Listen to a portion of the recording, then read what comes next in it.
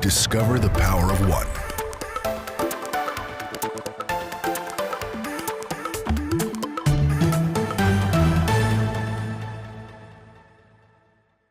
I have the opportunity to talk with you a little bit about kind of our nation. One of the things is we talk about millennials, Alex mentioned it, where they're globalists in a sense of they really don't think about America the way that I grew up thinking about it, the way many of you probably grew up thinking about it.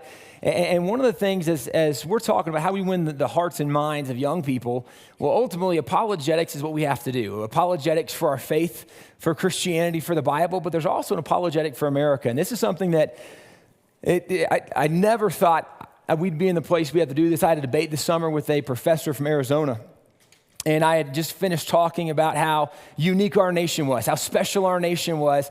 We've enjoyed more stability. We've had more prosperity, and I went through this whole list of things. And this professor, after I was done, said, okay, how dare you say America's a special place? We've done more bad than we've ever done good. And so I said, really? That's interesting. Well, do you mind telling me what are the bad things we've done? And he said, well, we had slavery, the racism, we didn't give women rights until the 1900s. And he went through a list of things, and I said, okay, well, let's just talk about it for a second. Can you name a nation that in their entire existence has never owned slaves? And he couldn't. I said, interesting. I can't either. They've all owned them, unless you count like Jerusalem since the 60s when they became a nation. But really, Israel, new nation. Other than that, no, they've all owned slaves. I said, okay, well, can you name a nation that fought a war to free slaves? I only know of one, and we happen to live in it. I said, now, by the way, you mentioned women's rights. Can you name a nation where women enjoy more rights in those nations than they do in America today? He said, I'm not talking about today. I said, please just let me just ask this question. He said, well, no, I can't name a nation where they enjoy more rights than they do today. I said, great. Can you name a nation where they enjoyed the level of rights they enjoyed in America before America? Did any nation give women the rights, the level they had in America before America? And he couldn't name a nation. And I said, see, here's the problem. We are talking about how bad our nation is, but all we can compare nations to are other nations. So our nation is not perfect, and I will quickly acknowledge that. In fact, even today, we could talk about the 55 million babies that are being murdered. Since Roe versus Wade, we could talk about the breakdown of the family. There's so much we could talk about, but the bottom line is our nation is still a really special place. And one of the things that is so difficult for young people today is they're growing up hearing in school, hearing in universities, only the negative things about our nation. We don't know any of the positive things. We don't know the benefits. Well, will you get my slides up on the screen if you guys don't mind? One of the things that used to be very well known about our nation is we were a unique nation. And really, fundamentally, we were a nation of faith. In fact, if you go back in time, people like Woodrow Wilson, certainly not a hero for Christians. You look at his life, just a very racist guy, actually showed the very first film ever showed in the White House, and it was a recruiting film for the KKK. That was Woodrow Wilson, okay? So he was not, and actually, he was the president of university, wrote a series of textbooks. He's the one that actually removed all blacks from American history when he was there. So, this was a very racist guy, only white supremacy. And by the way, that was kind of the Democrat Party back then. But Woodrow Wilson even acknowledged this about America. Here's what he said. He said, America was born a Christian nation. America was born to exemplify that devotion to the elements of righteousness, which are derived from the revelation of Holy Scriptures. Do you know even someone who we could look at his life and go, that guy not in the right place, he acknowledged, he said, we're a Christian nation. Now, that's pretty bold talk today. We actually have a leader today that says, whoa, we're not a Christian nation. In fact, in our nation today, we tend to like Islam and Muslims more than we like Christians. That's kind of where we are. Well, this is what our kids think. We have such a negative perception of Christianity, but it used to be understood. This is one of the things about our nation, and our nation is unique because of Christianity. Well, you can look at other people like President Richard Nixon, and he's a guy also had issues on the other side of the aisle. But President Richard Nixon said, let us remember that as a Christian nation, we have a charge and a destiny. Again, saying we're a Christian nation. I can keep going down the list. Franklin Roosevelt, he said, in the formative days of the Republic, when the directing influence the Bible exercises upon the fathers of the nation is conspicuously evident. He said, it's obvious that our founding fathers were influenced by the Bible. He continued. He said, we cannot read the history of our rise and development as a nation without reckoning with the place the Bible has occupied in shaping the advances of the republic. He said, you cannot read a history book and not see how the Bible has shaped our nation. I would argue you could read any history book today and you would not see how the Bible has shaped our nation. We're talking about what, a generation and a half ago? I mean, it's not that long ago that we said, hey, everybody can, it's so obvious what's happened. This is so apparent. And today we do not recognize what shaped our nation. And again, talking about how young people get such a different perspective than what we do. And again, I'm just going to read several presidents, and even Reagan, who's a much more recent guy, said of the many influences that have shaped the United States of America into a distinctive nation of people, none may be said to be more fundamental and enduring than the Bible. He concluded, if we ever forget that we're one nation under God, then we'll be a nation gone under. By all means, please come. The receiver crashed. Okay. All right. So am I still good to use the computer? Just won't be on the screen? Okay. Technology is wonderful when it works, and when it doesn't, we blame the devil. So right now, I don't know if that's really fair. Sometimes I think he gets credit for things he shouldn't get credit for. Right? Like sometimes we make bad decisions and we're like, oh, the devil's out to get us. Well, maybe you just made a bad decision. Like maybe technology just didn't work for a moment. Anyway, side note, theology, might not appreciate, but Andrew Jackson is another president who talked about what made our nation different.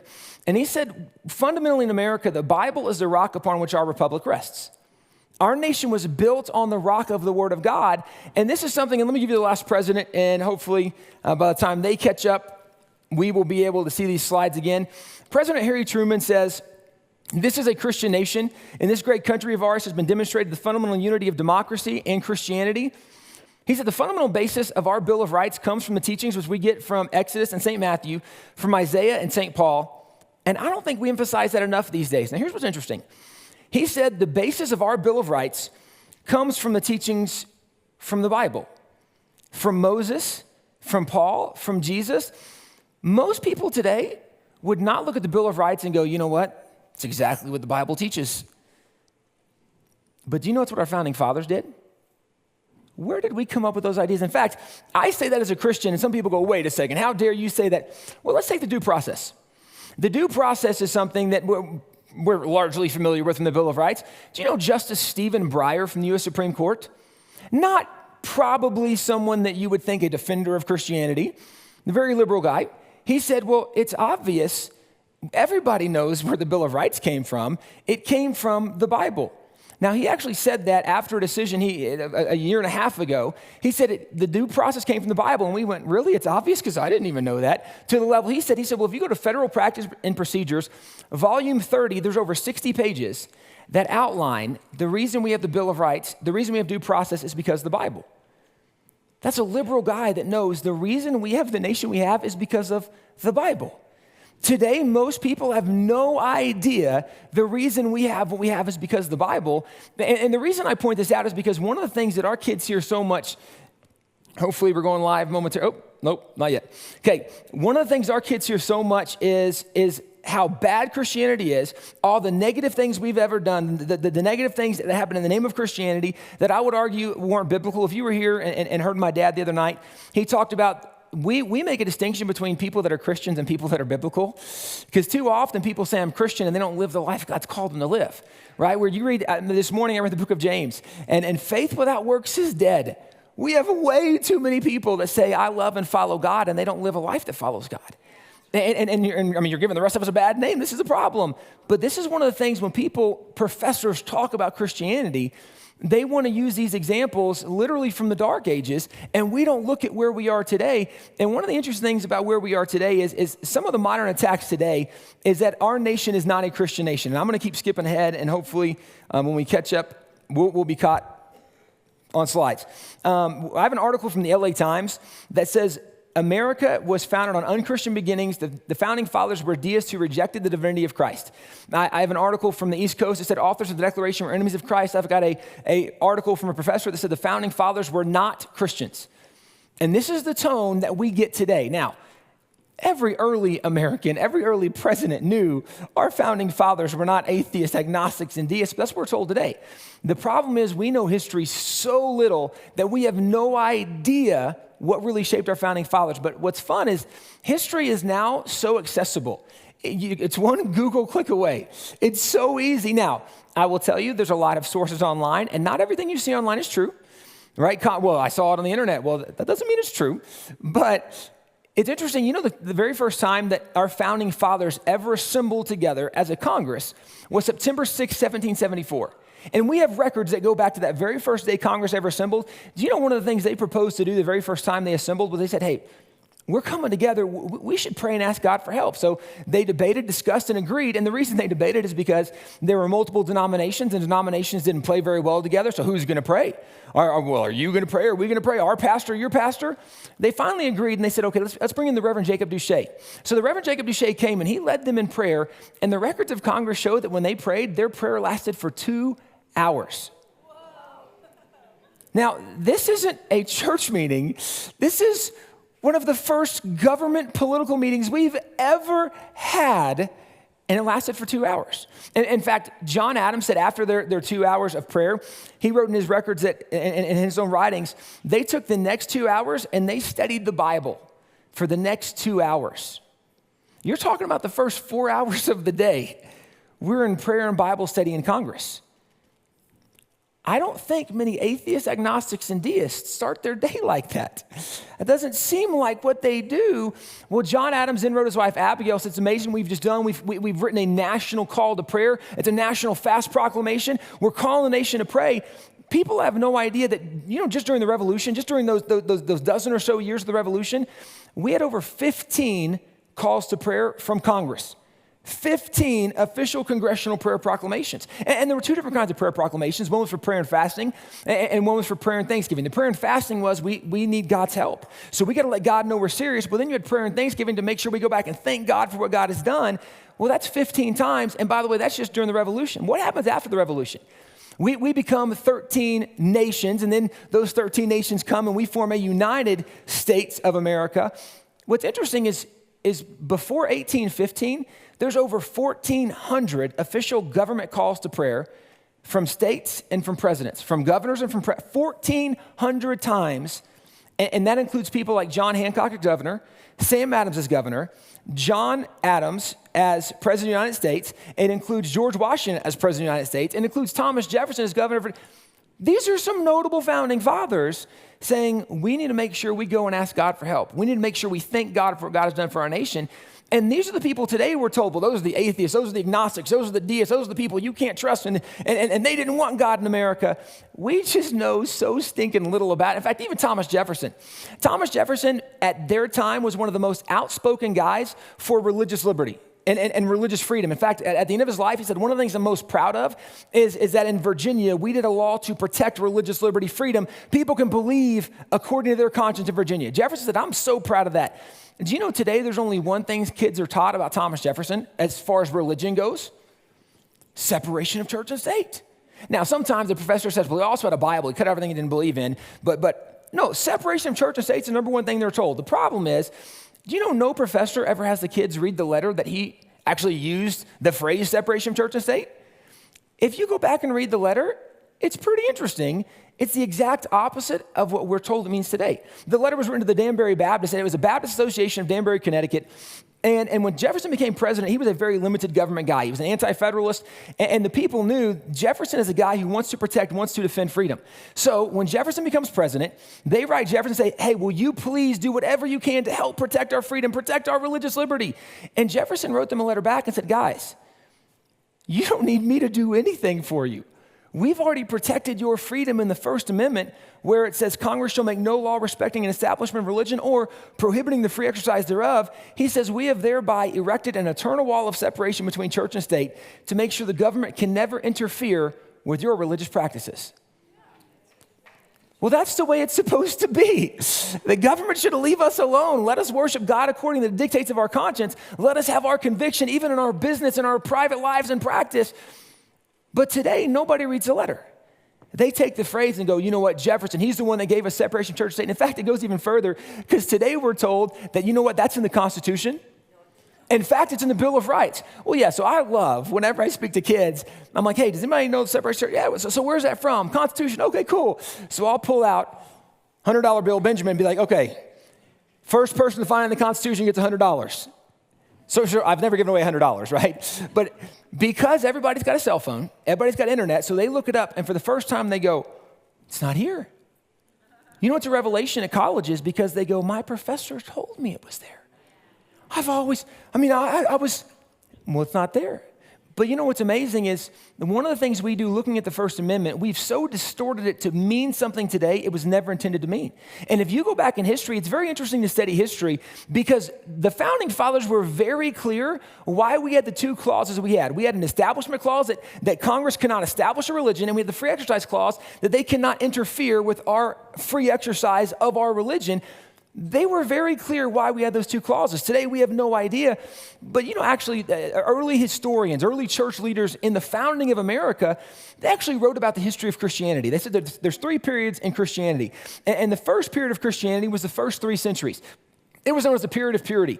And in the first 3 centuries, we understood that God created different institutions, and every institution had their own jurisdiction. You read Genesis, and in the very beginning, God creates the family. Adam and Eve, and they have a family, so God made family. You go to Genesis 8 and 9, and God creates government. Through the Noahide laws, the Noahic covenant, God establishes government. Then you keep going, and you get to the end of Exodus, and God is really giving the order for the temple and tabernacle. Well, that's really kind of the formation of the church. But you see God has 3 institutions, and all 3 were given a different function, jurisdiction, and responsibility.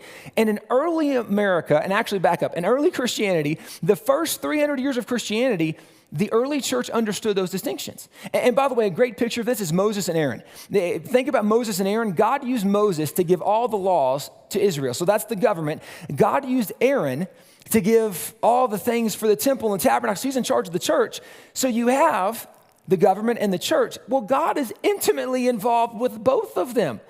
So there was never a secularization of anything, but there was a separation of institutions. That didn't mean God wasn't a part. Well, this is what we understood. And so the first 300 years in church history, this is where we call the period of purity because they understood that. Well, then you get to the second period of Christianity, and it's known as really the period of apostasy, but this is where the Dark Ages come in.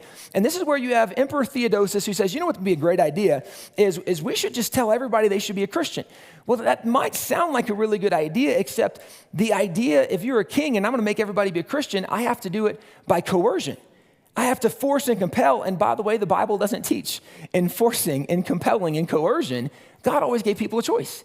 God gave Adam and Eve a choice with the garden. God with Moses, Moses saying, hey, God's given us a choice, life and death, blessing or cursing, choose life. But God gave a choice. Joshua was leading the Israelites into Canaan. Choose this day who you was. God always gave people a choice. But for the first time in Christianity, we said we're not giving people a choice. And this is where you see things shift inside of Christianity.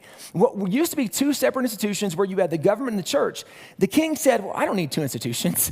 I can run both of them.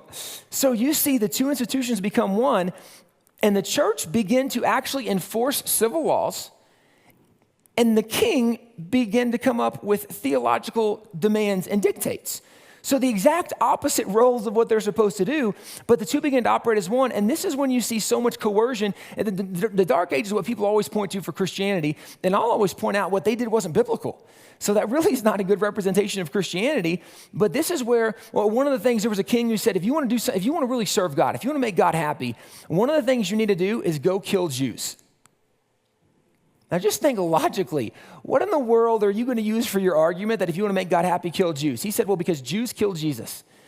And so if you want to make Jesus happy, you need to kill the people that killed him. I feel like somebody should have reminded that king that Jesus was also a Jew. So I don't know, but this happened. So then you have these crusades and these things because we're going to kill people who don't believe what we believe. Well, this is what you see really, that this kind of notion of Christianity, this misplaced notion where things are not at all what they should be. And in the midst of this is this period of apostasy, the Dark Ages. Well, then you come to the next period, and it's known as Reformation Christianity. And this is where Reformation Christianity is where we said, hey, let's get back to what the Bible says. You have these reformers saying, okay, the king is doing this, but the Bible says this. Maybe we should do what the Bible says instead of what the king says. Well, most people think the Reformation goes back to like Martin Luther King when he takes and nails his 95 Thesis door of the church in Wittenberg. Really, you got to go back even further. Go back to Wycliffe, because Wycliffe was a guy who said, whoa, okay, what the king's doing is not right. Wycliffe was a guy that says, we need to make sure we put the Bible in the language of common man. And in perspective, why did they need to put the Bible in the language of common man? Because under the kings, during the Dark Ages, the king wanted to control religion. So the king said that, you know what, the Bible is too holy for mere man, so only the priests, only the bishops can read the Bible, and it was illegal for anybody to own a Bible. If you were caught with a Bible or pages of a Bible, you could be executed. So Wycliffe says, we got to get the Bible back in the language of common man. Well, Wycliffe works to do this translation. So Wycliffe does his work. He gets a Bible translated. And by the way, he was one of many guys that were working to do those kind of things. But in 1382, he completed his translation of the Vulgate into the common language of the time. Well, then you jump forward, you have William Tyndale. And William Tyndale, his work is what the majority of Bibles that came out in the time of the Pilgrims of the Founding were based on William Tyndale's translation. But William Tyndale was a similar thing. He says, we got to put the Bible in the language of common man. Well, after Wycliffe, the kings banned printing of Bibles, said you can't own a Bible, and they began executing anybody they found with Bibles, because Bibles were beginning to be printed. Well, Tyndale, as he's in England doing a Bible, he actually is having to sneak pages of his Bible. He's printing a page or two at a time, sneak pages out in different sacks of grain and things out of England, assembling it outside of England. Well, the Tyndale translation was something he worked on in England. It was assembled outside of England. He had to smuggle the pages out, because if he got caught with pages, he would have been executed. But Tyndale was another guy that said, we need to get the Bible in the language of common man. And at that time, the only Bibles you could find would be in churches, but they were actually bolted down, chained down to the church pulpit. And by the way, they were also usually written in Latin, which was not the language of common man, so most people couldn't read it, so they had no idea what the Bible said. So they're in a time when the only thing they know is when their bishop gets up and says, the king has been given his authority by the divine right of God, and whatever he says is law. Well, this is the idea they've been living under for hundreds and hundreds of years. And so, they just put a picture up. Is it working? We're still not sure about it. They're talking on their mics. Nope, it's not. We're still just talking. Okay. Yeah, I'm going to need my own translation right now. Okay. As these Bibles were changed to the pulpit, people did not have access to it. And so you have a movement to get the Bible back in the language of common man. Well, the kings were not fond of the idea of the Bible, of not having control of religion, because kings just like control, right? Government leaders, they just want to have control. They want to be the dictators. They want to be the boss. They want to be in charge. And so as they're printing these Bibles, well, all of the guys that work on translating and printing Bibles are executed. They begin being burned. For example, Tyndale I mentioned. Tyndale was actually strangled, and then they took his dead body and they burned his dead body. Well, back up before, you have John Huss. And John Huss was another translator working to get the Bible out for people and really also opposing what the kings were saying. He was burned alive at the stake. Well, this leads all the way back to Wycliffe, who was even before these guys.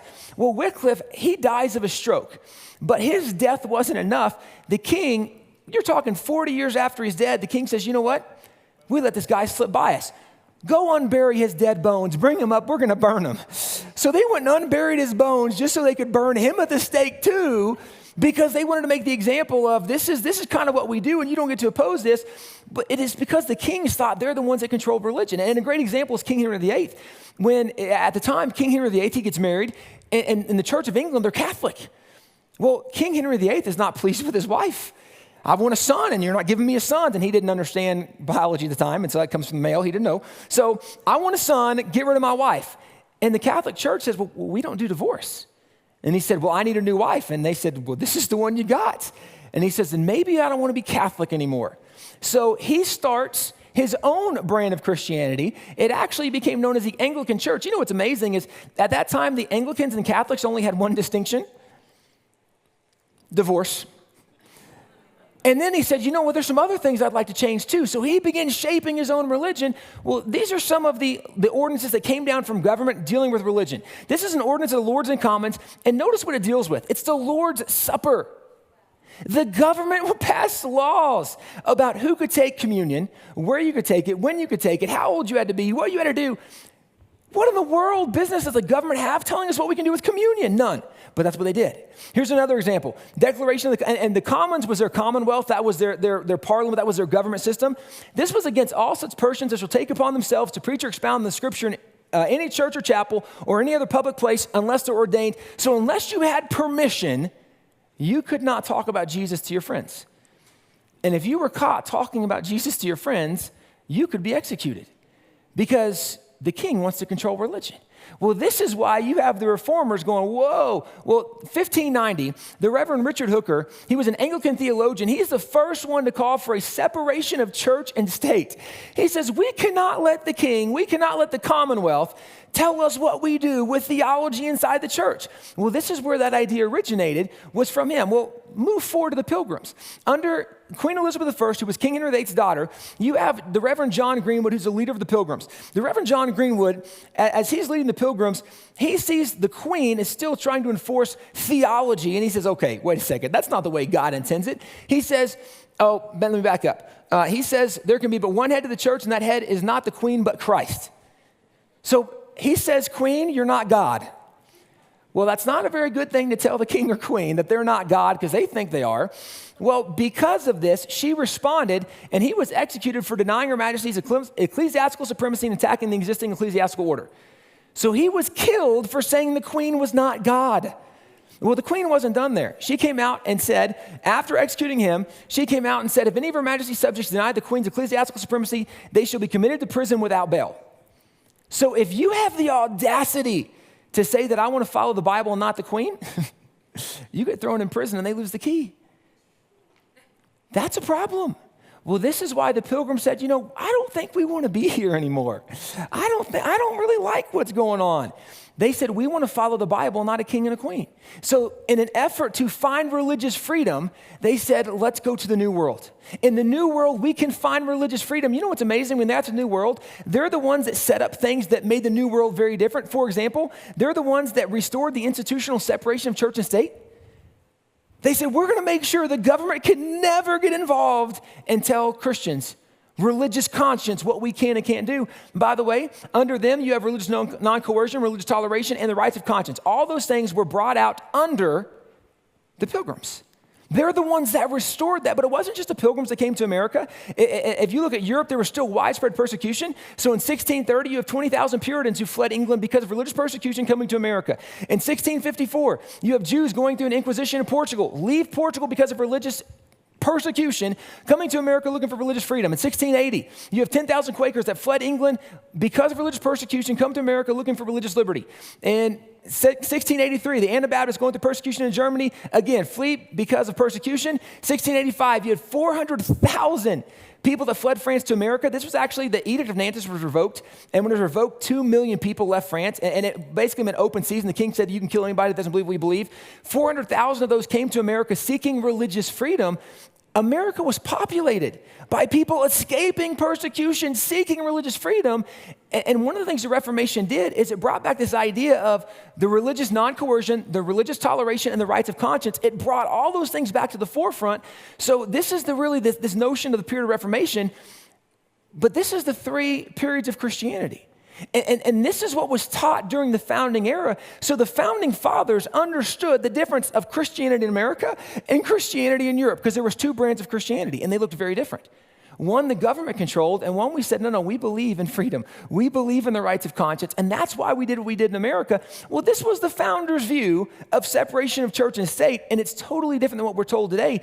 Today, we're told, wait a second, there's that separation. This is the letter from Thomas Jefferson, by the way, where Jefferson says that there's an eternal wall to protect your religious liberty. This is what he's arguing about. Well, do you know what's interesting is Jefferson, he's the one that actually approved for church to be able to meet in the Capitol building. When he became president, he actually attended church in the Capitol. Now think about this in the notion of separation of church and state. If separation of church and state means you cannot have religion in government, Jefferson approved a church in the Capitol. He then attended church in the Capitol as president. That church continued on. In 1867, it was the second largest church in the nation with more than 2,000 people a week meeting in the House of Representatives. If there was supposed to be a separation of church and state, why was the largest church in America, second largest church in America, in the Capitol? Because isn't that including religion and state? Well, Jefferson was asked, as president, why do you go to church there? Here's what Jefferson said. He said, no nation has ever existed or been governed without religion, nor can be. The Christian religion is the best religion that has been given to man, and I, as chief magistrate of this nation, am bound to give it the sanction of my example. You know, Jefferson didn't say, I go because I believe in Jesus Christ as my Lord and Savior. He said, I go because what our nation needs is the Christian religion. No nation can function without a religion, and there's no greater religion than Christianity.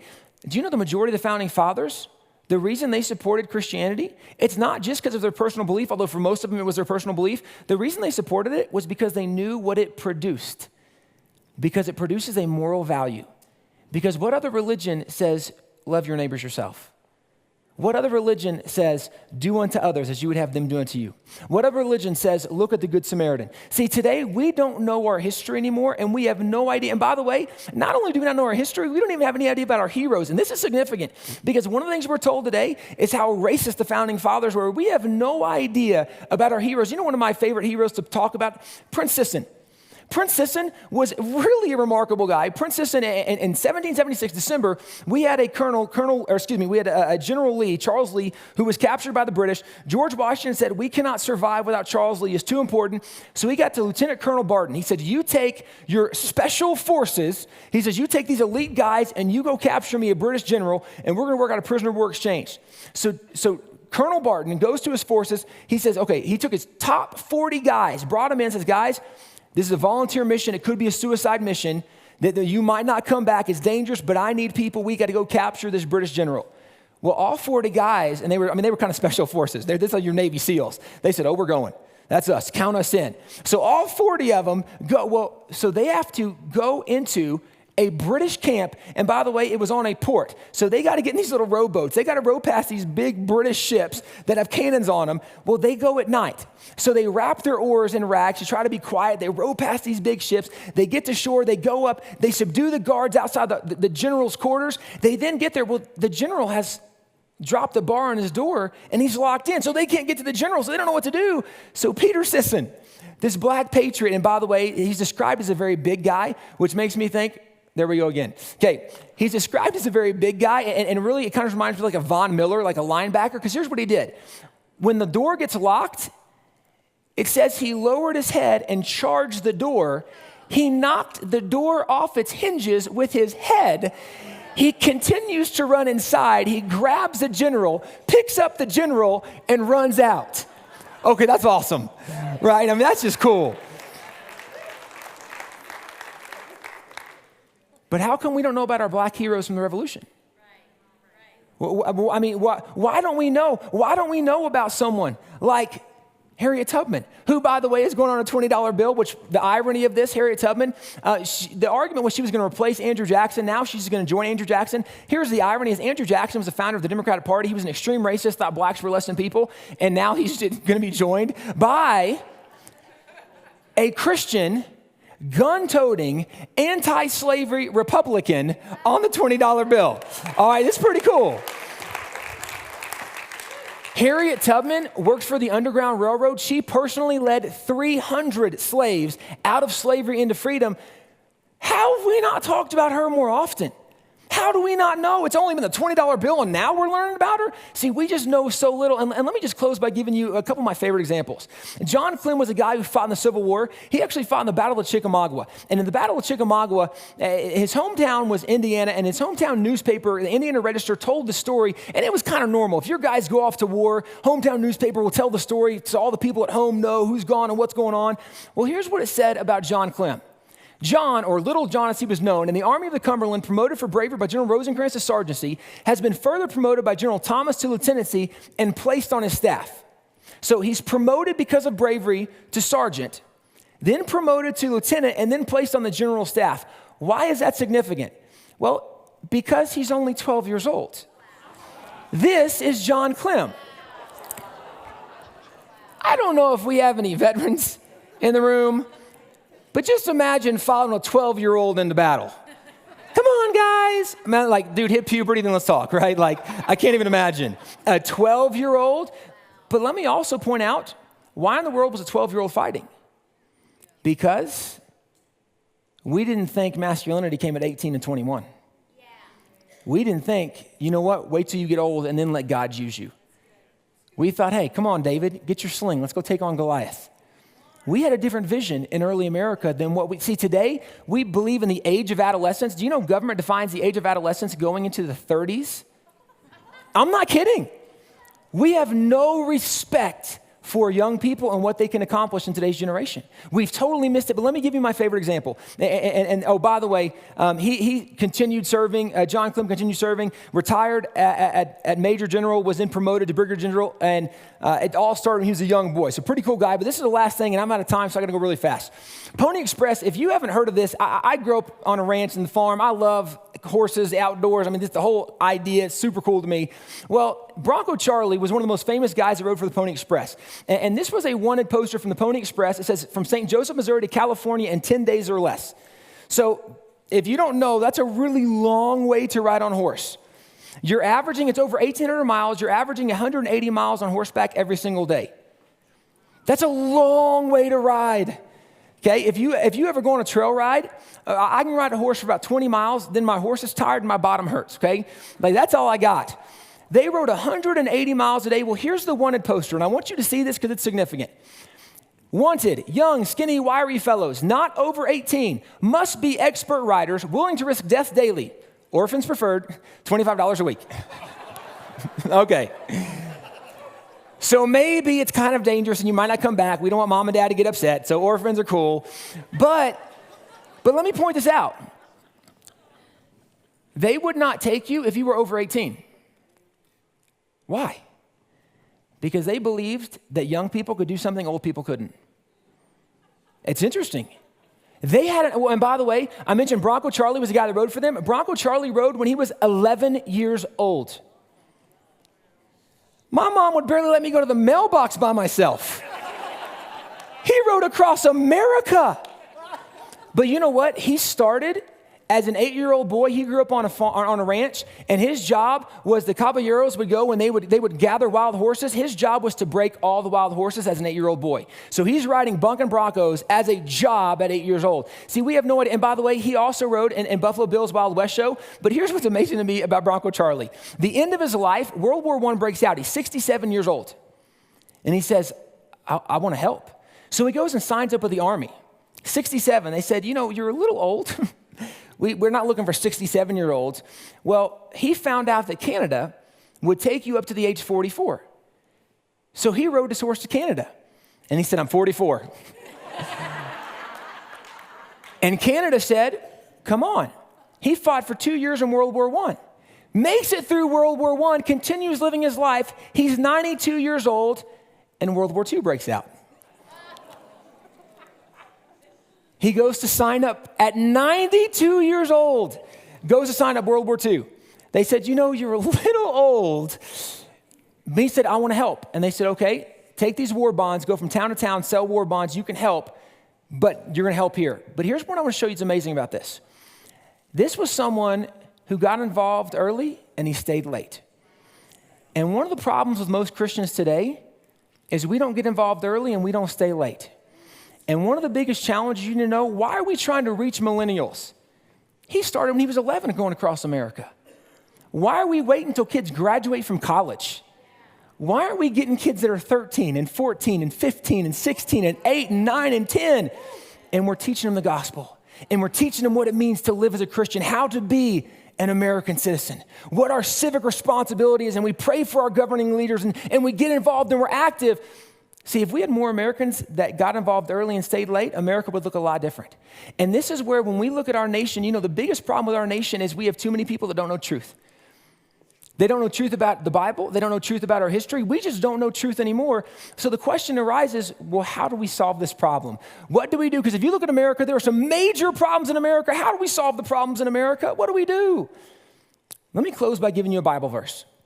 If you guys remember the book of Nehemiah, as Nehemiah is called, impressed by God to go rebuild the walls, you understand, rebuilding the walls of Jerusalem was an impossible task. Could not be done. Everybody said, you're crazy for doing it. Nehemiah says, I've been called by God. There's nothing else I can do. I got to obey God. I got to do what God tells me to do. So Nehemiah gets people to come and live inside the city. And then he has one of the most amazing plans I've ever seen. He says, here's how we're going to do it. He says, each one repair the section in your own backyard. How do we solve the problems in America? You cannot solve the problems in America, but you can fix the problems in your backyard.